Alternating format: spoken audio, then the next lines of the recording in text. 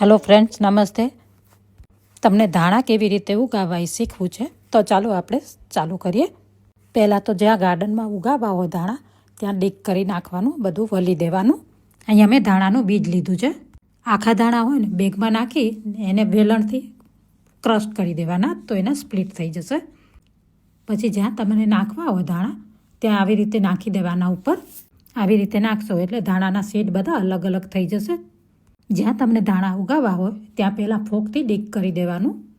હવે જ્યાં ધાણા નાખ્યા છે ત્યાં નાનું ફોક લઈને આવી રીતે કરવાનું, એટલે સીડ અંદર વયા જાય, માટીમાં કવર થઈ જાય.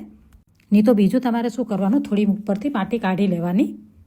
પછી ધાણાના સીડ જેમ નાખ્યા એમ જ નાખવાના અને ઉપર પાછી માટી નાખી દેવાની. બીજું આવી રીતે જો લાઈનમાં તમારે ડીક કરતું જવાનું, એટલે નાનું નાનું જ લાઈન કરવાની. પછી એની અંદર આવી રીતે ધાણાના સીડ નાખી દેવાના. આ જે મેં તમને બતાડ્યું બંને રીતે, એ કોઈ પણ રીતે તમે ઉગાવી શકો છો, જેવી જગ્યા હોય એ પ્રમાણે. અહીંયા જુઓ લાઈનમાં ધાણાના સીડ નાખી દીધા છે. હવે એને કવર કરી દેવાના.